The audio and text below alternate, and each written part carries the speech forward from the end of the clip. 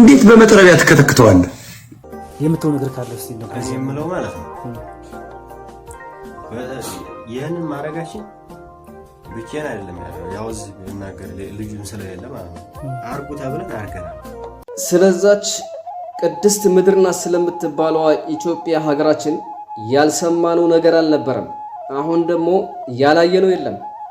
ሰላም እንዴት አላችሁ? እግዚአብሔር ይመስገን። በእንደዚህ አይነት ቪዲዮ ባልመጣ ደስ ይለኝ ነበር፣ ግን ሁላችንም የበኩላችንን መወጣት ስላለብንና እንደው ለቀሪዎቻችን አንዳንድ ነገሮችን መነጋገር ስላለብን ነው። እጅግ በጣም ዘግናኝ ነው ምን አይነት ጊዜ እንደደረስን። እንግዲህ ኢትዮጵያ ቅድስት ሀገር ናት እያልን የሚደረግባቸው የሚሰራው ስራ የምንመለከተው ክፋት፣ ጭካኔ ራሱ በጣም ነው የሚገርመው። እንግዲህ አንዱን ሰሞኑን ሁላችሁም አይታችኋል። እጁን ቆርጠውት እንግዲህ እሱም ተናግሯል። ለምን ይህንንም እንዳደረጉ የተናገሩበት አለ። እሱን አስመለክታችኋለሁ። አንዳንድ ነገሮችን እንመለከታለን። እስከ ፍጻሜ አብራችሁን ቆዩ። እንግዲህ ከዛ በፊት እስቲ ዛሬም አርሲ አልቆመም፣ ግድያዎች የተካሄዱ የኦርቶዶክሳውያን መከራ እየተካሄደ ነው። ተከታተሉት። ለወንጀለኛ ተፈልገው የሚገደሉ የኦርቶዶክሳውያን መከራ ዛሬም ቀጥሏል። በምስራቅ አርሲ ሆለንቆ ዋቤ ወረዳ ከጧቱ 3 ሰዓት ላይ በአጨዳ ላይ ያሉ 9 ኦርቶዶክሳውያን ታግተው ተወስደዋል። እነዚህ ኦርቶዶክሳውያን ብር ከፍለው ነው የሚመለሱት ወይስ መጨረሻቸው ምንድነው የሚሆነው የሚለው ምንም የታወቀ ነገር የለም።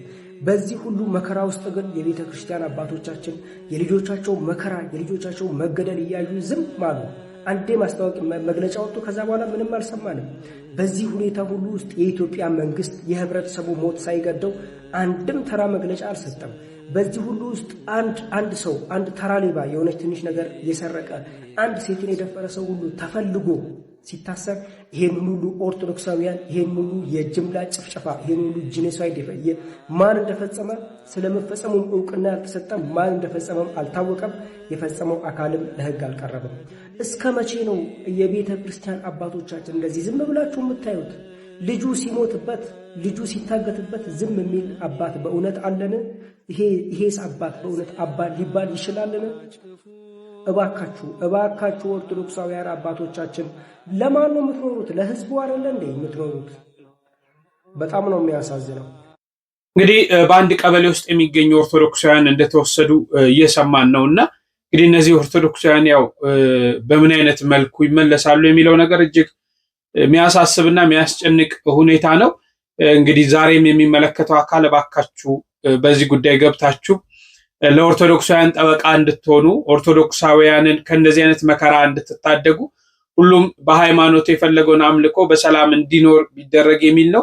መንግስትም እንግዲህ በዚህ ቦታ ገብቶ የሁሉንም የህብረተሰቡን ሰላም ቢያስከብር፣ ደህንነት ቢያስከብር እያል እንጠይቃለን። ከዚህ ከመጠየቅ ውጭ ምንም የምናደርገው ነገር ስለሌለ ይሄንን ነገር እንዲያደርግ እግዚአብሔር ምሕረቱን እንዲያመጣልን በጣም እጅግ አስፈሪ ነው። እንግዲህ ኦርቶዶክሳውያንን ለማጽዳት እስኪመስል ድረስ እንዲህ አይነት ነገሮች እየተካሄዱ ነው። አሁን በአንድ አካባቢ የሚገኙ ኦርቶዶክሳውያን ሙሉ ለሙሉ ተወስዷልና እንደው እግዚአብሔር ይድረስላቸው ለማለት እወዳለሁ።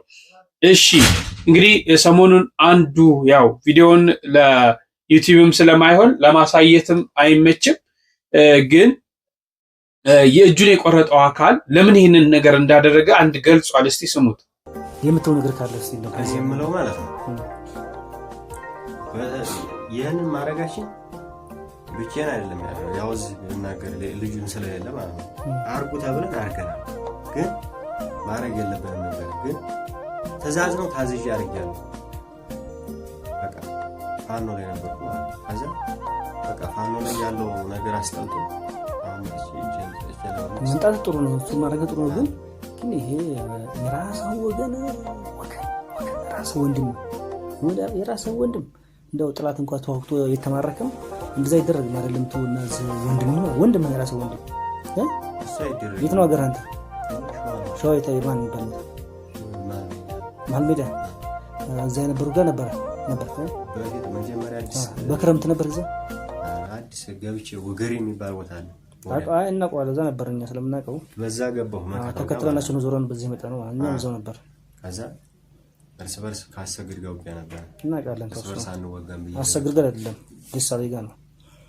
አሰግድ ከመያ ታዘን ነው ይሄን ያደረግነው ብለዋል። እንግዲህ አሁን እጅ ሰጥቶ ተይዞ ይገኛል። እንደው ሰዎች አንዳንድ ትእዛዝስ ቢታዘዝ በዚህ ልክ ምን አይነት ጭካኔዎች ቢኖረን ነው? እንዴትስ አስቻለን? ወንድም በወንድሙ ላይ እንዴት ሊጨክን ቻለ? እንዴት በወንድሙ ላይ ሰው ሆኖ እንዴት ሊጨክን ቻለ? እኔ ግራ ነው የገባኝ። ምን ማለት እንዳለብኝ ራሱ አላውቅም። ምን ማለት እንዳለብኝ እንዴት ነው ይሄ ጭካኔ? እስከ መቼ ነው እርስ በርሳችን እንደዚህ የፈለገ ይሁን የፈለገውን ሃይማኖት ያምልክ የፈለገውን ፖለቲካ ፓርቲ ይከተል የፈለገው ነገር ውስጥ ይግባ፣ በእንዲህ አይነት ጭካኔ ውስጥ መግባት እንዴት ቻልንበት? እንዴት ሰውነታችን እሺ ብሎ ታዘዘ? እንዴት ያንን ነገር ለማድረግ ፈቀድን? ምን አይነት መንፈስ ነው ላያችን ላይ የመጣው? እኔ ግራ እያጋባኝ ነው። እርስ በርሳችን ይሄን ያህል እንድንጨካከን ያደረገን ነገር ምንድን ነው? ይቺ ናት እንደ ኢትዮጵያ? ይቺ ናት እንደ አባቶቻችን ያስረከቡን? ይቺ ናት እንደ ሀገራችን? ወዴት እየሄደች ነው? ኧረ አምላክ ሆይ ታረቀን። እስቲ አንዳንድ ሀሳቦችን ከመስማታችን በፊት ደግሞ በሆስፒታል ያለውንም ወንድም የሚለውን እንስማ። እሺ ቃሉ ለማ ቃሉ አሰው ምን አረክ ብሎ ነው እንትን ያሉ ተርገና መጣው። እነሱ ጋር ብዙ ቆይተ ነበር።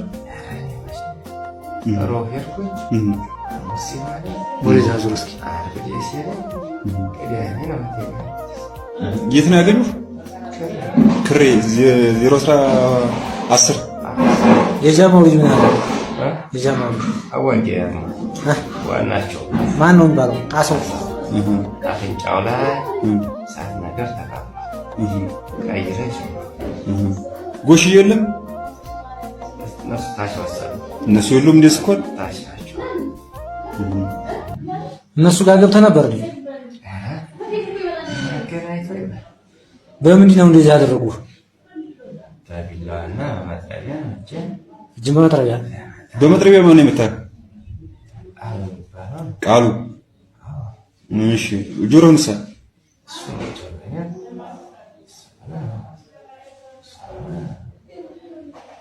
እንደሰማችሁት ነው እንግዲህ ሐሳቡን ሰጥቷል። እኔ እንጃ እግዚአብሔርን ምን ማለት እንዳለብኝ አላውቅም። በጣም እየተንቀጠቀጥኩና በጣም በቃ ውስጥን አንዳንድ የሚሰብር ነገር አለ አይደል? በእንዲህ አይነት ሁኔታ በጣም የሚያሳዝን ነገር፣ በጣም የሚያስከፋ ነገር፣ ሰው ሆናችሁ መፈጠራችሁን ራሱ የሚያስጠላ ነገር ማለት ነው። ኢትዮጵያ ውስጥ ያው ቅድስት ሀገር ተብላ እግዚአብሔር ማደሪያ እግዚአብሔር ማረፊያ ሕዝቧ ፈሪሃ እግዚአብሔር ያለው ተብሎ እኛ እውነት ፈሪሃ እግዚአብሔር አለናው? አምላክስ መኖሩን እንደው እናውቃለን? በዚህ አካሄዳችን ኧረ በተክለ ሃይማኖት እግዚአብሔር አምላክ ይታረቀን። እሺ ወንድሞቻችን የሰጡትን ሐሳብ ተመልከቱ። በዚህ ዙሪያ ስለዛች ቅድስት ምድርና ስለምትባለዋ ኢትዮጵያ ሀገራችን ያልሰማነው ነገር አልነበረም። አሁን ደግሞ ያላየነው የለም፣ ሁሉንም አይተናል። እንግዲህ የመንግስት ደጋፊ ነህ ብሎ የራሱ ወንድም ይጀ ቆረጠውን ዘግናኝ ቪዲዮ ያልተመለከተ የለም። እኔ እንትና ነው እንትን ነው እንደዛ ነው እንደዚህ ነው ልል አይደለም የመጣሁት። እኔ አይምሮ ላይ የተፈጠረውን አንድ ትልቅ ጥያቄ ልጠይቃችሁ ነው። የኢትዮጵያ እናቶች ማህፀን ምን አይነት ልጅ ነው እየወለደ ያለው? ማህፀናቸው እንደዚህ ነው ወይንስ አወላለዳቸውን ቀይረው ነው? እኔ ግራ ገብቶኝ ነው ጋይስ። በዚህን ደረጃ በሰበብ አስባብ የራሱ ወንድም እጅ የሚቆርጥ ትውልድ መጥቶብናል ጋይስ። ይቺ ሀገር ኢትዮጵያ ነች። ግን በነገራችን ላይ እኔ 3 ሀገር አይቻለሁ። በትንሹ ክፉም አይቻለሁ፣ ደግም ሰው አይቻለሁ። ነገር ግን በዚህ ደረጃ የራሳቸው ወንድም እጅ እየቆረጡ ደም የሚያፈሱ አንገት የሚቆርጡ ሰው ከነነፍሱ የሚያቃጥሉ አላየሁም። አዝኛለሁ። እዛች ሀገር በመወለዴ ተሸማቅቄያለሁ፣ አፍሬያለሁ፣ አንገቴን ደፍቻለሁ። ይሄን ልገልጽላችሁ ነው የመጣሁት። እንዴት አላችሁ ወዳጆች? ረፍት ላይ ነው ያለሁት ዛሬ። ሁላችሁም ብዙዎችን ሰዎች ኦፌንድ የሚያደርግ ነገር ነው ማወራው። እውነትን ለማይክዱ ሰዎች ጤነኛ ሜሴጅ ነው። እውነትን ሁሌ ግን ለሚቀብሩና ግፍን ለሚተባበሩ ሰዎች ግን ይሄ ሜሴጅ ዛሬ ጥሩ አይደለም። እሱ ነው ፖይንቱ። ምንድነው እንዲህ አይነት ወሬዎችን ላለማውራት ብዙ ትቻለሁ። ግን ሰው እስከሆናችሁ ድረስ ሁሉ ጊዜ ግፍን አለመናገር በራሱ አይቻልም። ሰው የሆነ ሰው ኤኒዌይስ፣ ከዚህ በፊት ብዙ ግፎች ኢትዮጵያ ውስጥ ተደርጓል። አሁንም እየተደረጉ ነው። ያ ሁሉም በዘርና በጎጥ ስለሚያለቅስ ነው እንጂ እውነተኛ ሆናችሁ እንኳን እንደ ሰው አስባችሁ እንደ ሰው ተሰምቷችሁ ለምትናገሩ ከዘር ጋር የሚያገናኙ ገና እዛ የሆነ ምንድናቸው 1800 ላይ የቆሙ ሰዎች አሉን ሀገራችን ውስጥ ስቲል ሰው ዛሬ ላይ ያየሁት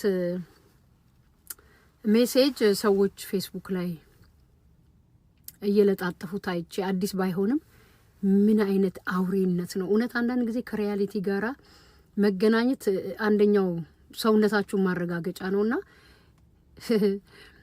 ብዙ ግፎች ተደርገዋል ኢትዮጵያ ውስጥ ግን ደግሞ ከግፍም ግፍ እነዚህ አንገት የሚቆርጡ እጅ የሚቆርጡ ምናምን የሚቆርጡ ምን አውሬዎች በኢየሱስ ክርስቶስ ስም ዛሬ ማውራው ስለ ኦሮሞ አይደለም ሌላ ጊዜ ኦሮሞ ሲሞት ኦሮሞ ተበደለ ብዬ ስለማውራ ነው ዘረኛ ጎጠኛ የምትሉኝ እኔ ግን የሰው ልጅ ሁሉ እንዲሞትም እንዲጎዳም አልፈልግም ቅድሚያ ለራሴ ስለምሰጥ ነው ችግሩ ዛሬም ዘረኛ አይደለም ጎጠኛ አይደል የፈለጋችሁት ልትሉ ትችላላችሁ የዚህ ተባባሪዎች ማለት ነውና አይ ዶንት ኖ ይሄ ፋኖ የሚባለው የፖለቲካ ይሁን ብቻ የጭፍራ የሆነ ግሩፕ ሁለት ናቸው ለካ እርስ በርስ እና አንደኛው ግሩፕ አንደኛውን እጁን ቆርጦ በመድኃኔዓለም እኔ ይሄንን ግፍ ለመቃወም አማራ መሆን የለብኝም ሰው ነው መሆን ያለብኝ ምክንያቱም ወንድሞቻችንን ወለጋ ላይ አንገት ቆርጠው ጦር ላይ ሰክተው እንደዚህ ሲያሳዩን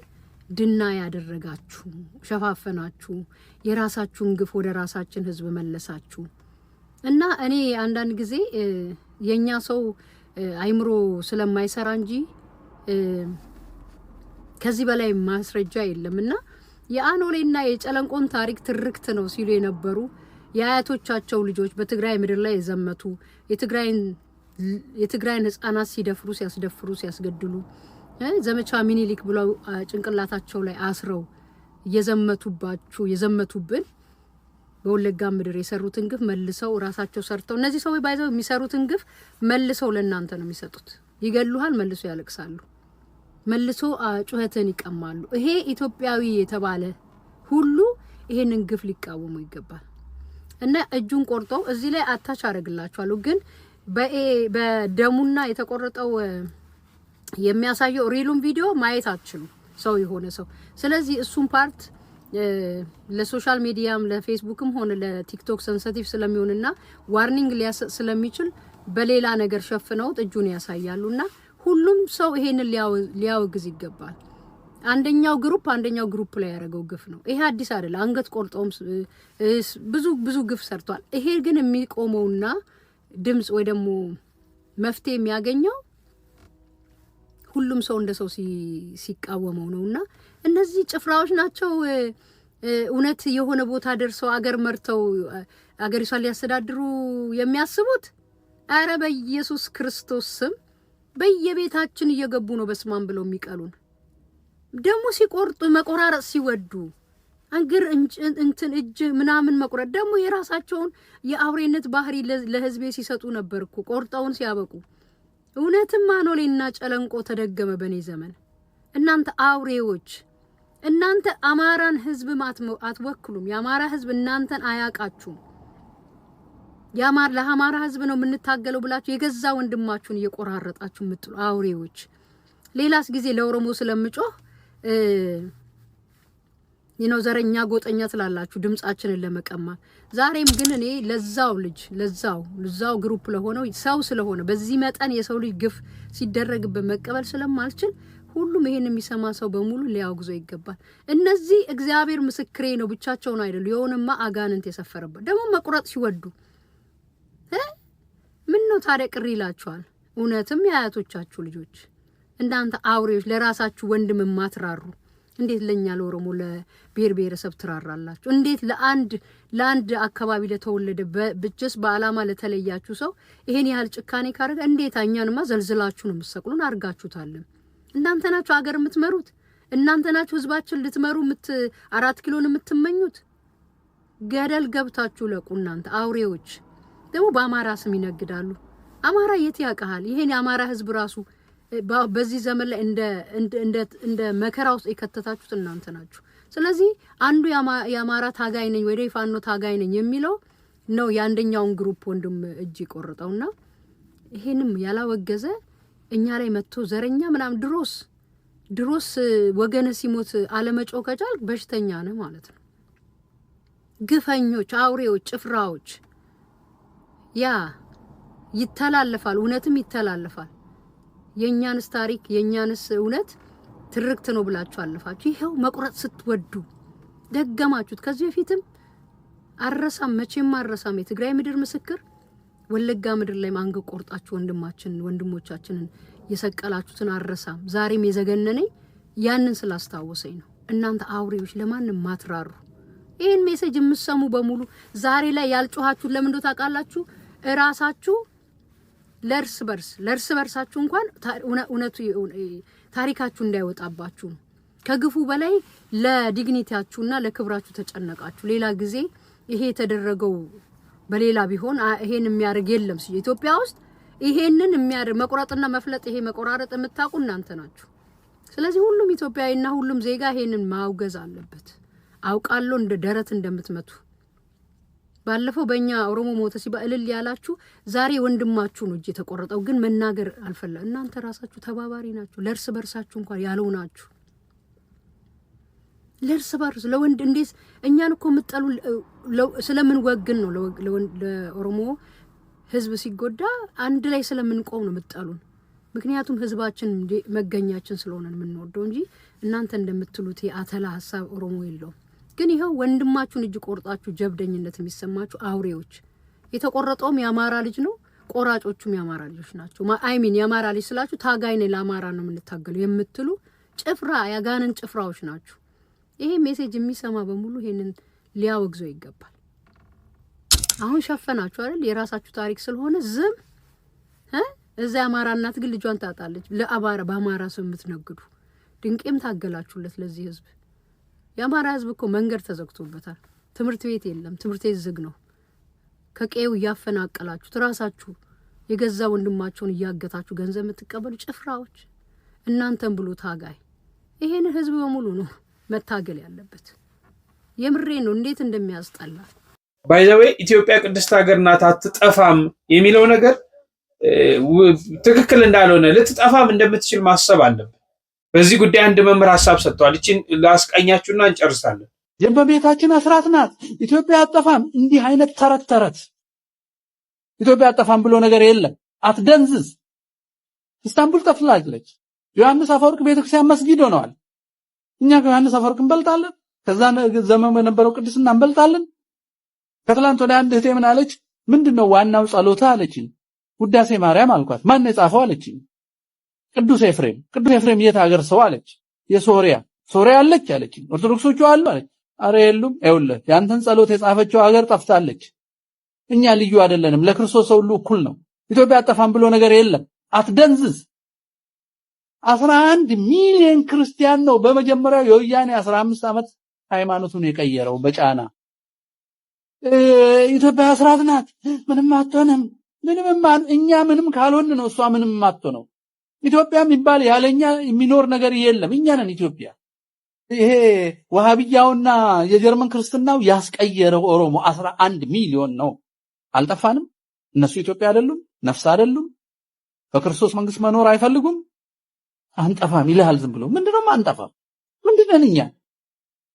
ጂኦግራፊ ወይን መሬቱ እኮ አይደለም አይጠፋም የሚባለው። ቅድስናና ከእግዚአብሔር ጋር የሚኖር ህዝብ ማለት ነው። ያ ህዝብ ይጠፋል። እንዳንጠፋ እያንዳንዱ ሰው ነው መስራት ያለው። እኛ ቅድስና ከሌለን ኢትዮጵያ ቅድስት ሀገር ከየት ምንዋ ነው ቅድስት? እኛ ቅድስና ከሌለን፣ እኛ ፈሪሃ እግዚአብሔር ከሌለን፣ እኛ እርስ በርስ መተሳሰብ ከሌለን ምኑ ነው ቅድስና የሚሆነው? ምኑ ነው ማትጠፋበት ምክንያት? ይሄው የደም ምድር ሆነ አይደል? እየተጨካከንን አይደል? እየተራረድን አይደል? እየተገዳደልን አይደል? አረ እግዚአብሔር አምላክ እንዲታረቀን ወደሱ እንቅረብ። ይሄን ክፉ መንፈስ ከላያችን ላይ እናስወግድ። ወንድም በወንድሙ የሚጨክንበት አንድ አካል ባዳ አልመጣብን፣ ጠላት ወራሪ አልመጣብን። አንድ ኢትዮጵያውያን አንዳንዴ ግራ ነው የሚያጋባው። እግዚአብሔር ሰላሙን፣ ፍቅሩን፣ ጤናውን ያምጣልን። ወደ ነበርንበት ይህንን ክፉ መንፈስ አስወግዶ ወደ ሰላሙ ይመልሰን ለማለት ወዳለሁ። ሁላችሁም ጸልዩ። ከዚህ በላይ እንዳንሆን መፈጠራችን መወለዳችንን እንድንጠላ የሚያደርጉ ነገሮች እየመጡ ነው። እግዚአብሔር በዚህ ምሕረት እንዲልክልን ሁላችሁም ጸልዩ፣ ሁላችሁም ለምኑ። ቸር ያገናኘን።